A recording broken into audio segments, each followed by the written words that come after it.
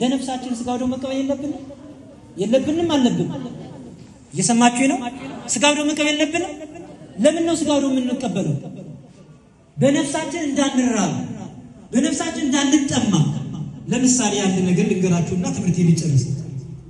አንድ ሰው ተደጋጋሚ የሚበላ የሚጠጣጡ ቢቆይ ያ ሰው ይሞታል ይኖራል?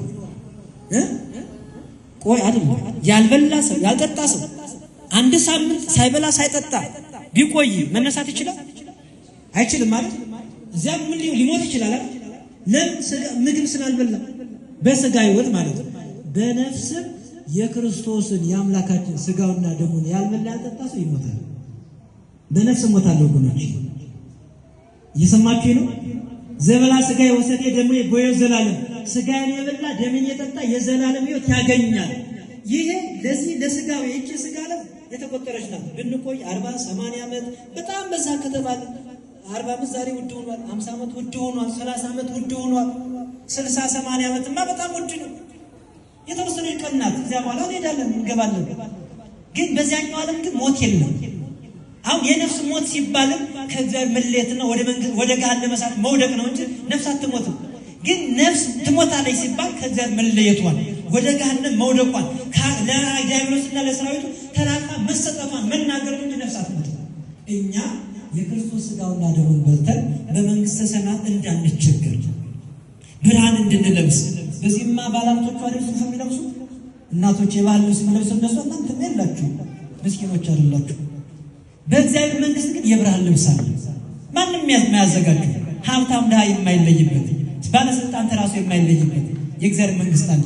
ሁላችንም ንስሐ መግባት ያስፈልገናል። ንስሐ አባት አላችሁ? እስቲ ንስሐ አባት ያላችሁ፣ ንስሐ አባት ያላችሁ እጆቻችሁን ከፍ አድርጉ። ንስሐ አባት ያላችሁ ጎበዞች፣ እንዲያ መቼስ ሰዎች ነን እኮ ነገ እንሞታለን። ግድ ነው መቼስ አፈር አይደለን እኛ። አዳም አፈር ነውና ወደ አፈር ትመለሳለህ አይደል? ንስሐ አባት የሌላችሁ እስቲ እጃችሁን አንሱ። በእግዚአብሔር ፊት ነው ያለን። ንስሐ አባት የሌላችሁ ንስሐ አባት ያዙ። ንስሐ አባት ያዙ።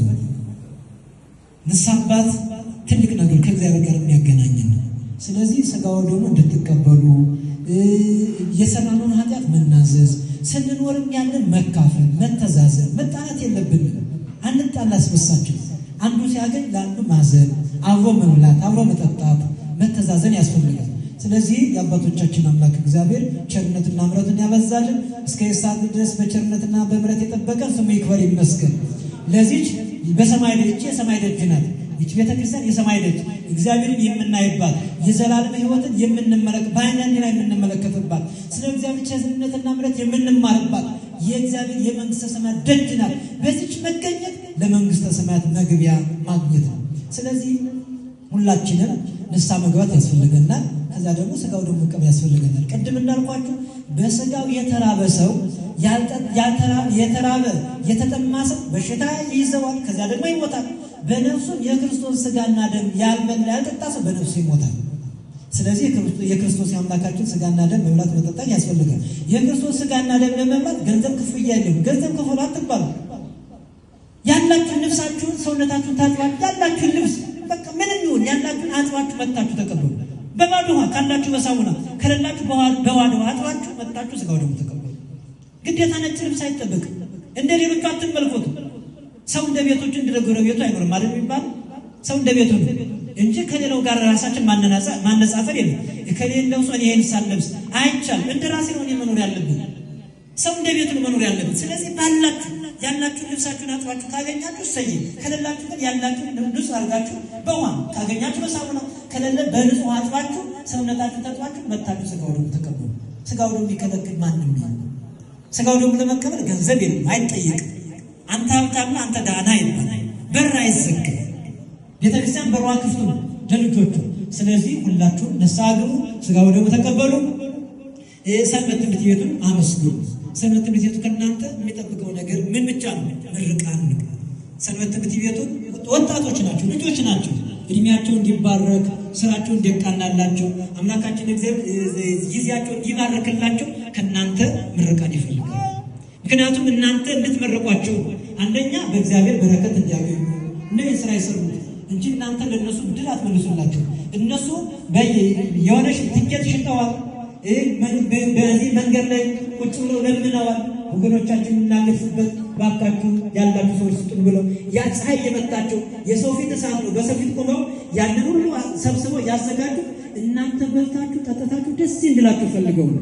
ስለዚህ የአባቶቻችን አምላክ እግዚአብሔር ሰንበት ትምህርት ቤቱንም ያጠንክርልን፣ ያስፋልን። የሰንበት ትምህርት ቤቱን አባላት ሁሉ በሙሉ በእውቀት በጥበብ በማስተዋል አምላካችን ይጠብቅልን። እናንተንም ስለመጣችሁ እግዚአብሔር ይባርካችሁ። እንኳን መጣችሁ። መልካም ከእግዚአብሔር አትጥፉ። እየሰማችሁ ነው። ከእግዚአብሔር አትጥፉ። አንዳንድ ጊዜም ወንጌል ተማሩ። የሥጋ ድህነት ከእግዚአብሔር መንግሥት ሊለየን አይገባም። አባቶቻችን እኮ ሐዋርያት ደቦች ነበሩ። ምንም የላቸውም እኮ ቅያሬ ልብስ የላቸውም ሐዋርያት። ብር የላቸውም እኮ ሐዋርያት። ምንም የላቸው ባዶ እግራቸውን ሄደው እኮ ወንጌል የሚያስተማሩት። ግን በነፍሳቸው ባለጸጎች ነበሩ። በጽድቅ ባለጸጎች ነበሩ። በቅድስና ባለጸጎች ነበሩ። የሥጋ ሀብት ግን መጠለያ ቤት የላቸውም። ወንጌል አስተምረው አንዱ ምዕመን ያስጠጋቸዋል። ወንጌል አስተምረው አንዱ ምዕመን ይመግባቸዋል እንጂ ቤቴ የኔ ርስት ጉልት የሚሉት የላቸውም። ስለዚህ ርስት ጉልት ስለሌላችሁ የምትበሉት የምትጠጡ ስለሌላችሁ ልታዝኑ አይገባም። አታልቅሱ፣ አትዘኑ፣ በእግዚአብሔር ብቻ መኑ። ፈጣሪ ሆይ እባክህ የአንተ የከፈትከውን ጉሮሮ ሳትዘጋው አትደር፣ እባክህ የዕለት እንጀራ ስጠኝ ብላችሁ ጸልዩ። አባታችሁን ትጸልያላችሁ። እስቲ አባታችሁን ብላችሁ ምትጸልዩ፣ አባታችሁን ምትጸልዩ የያዛችሁን በቃላችሁ ጎበዞች ግድ ነው። በቃ ብዙ ጸሎት ላትጸልዩ ትችላላችሁ። ግን ጠዋት ተነስታችሁ ፈጣሪ ሆይ እባክህ ረዳት ስጠኝ፣ የሚረዳኝ ሰው አንተ አዘጋጅልኝ፣ የዕለት እንጀራ ስጠኝ ብላችሁ አባታችሁን ብላችሁ ጸልዩ። እግዚአብሔር ይቀድምላችኋል። እግዚአብሔር ቀድሞ የሰው ልቦና ያራራላችኋል። ከዛም እናታችን አለች ድንግል ማርያም አቁራሪተ ማኅፀን ተምረት እመቤቴ እባክሽ በምልጃሽ እርጂኝ፣ የሚረዳኝ ሰው ፈልጊልኝ ብላችሁ ጠይቋት እሷ ነው። ስለዚህ እመቤቴም ትረዳናለች። የአባቶቻችን አምላክ እግዚአብሔር ስሙ ይክበር ይመስገን። ሰንበት ትምህርት ቤቱን ያጠንክርልን፣ ያብዛልን። እናንተም እንኳን መጣችሁ፣ እንኳን አደረሳችሁ። ለዚህ ያደረሰን አምላካችን እግዚአብሔርን አንድ ጊዜ ልናመስግን፣ አሁንም እናመስግን። ሶስት ጊዜ አድርጉ። ሰንበት ትምህርት ቤቱንም የሰንበት ትምህርት ቤቱን አባላት ሁሉ እድሜ ይስጥልን በሏችሁ። ሁላችሁ እድሜ ይስጥልን፣ ማስተዋልና ጥበብን ይስጥልን፣ ሰላምን ይስጥልን፣ ፍጻሜያቸውን ያሳምርልን።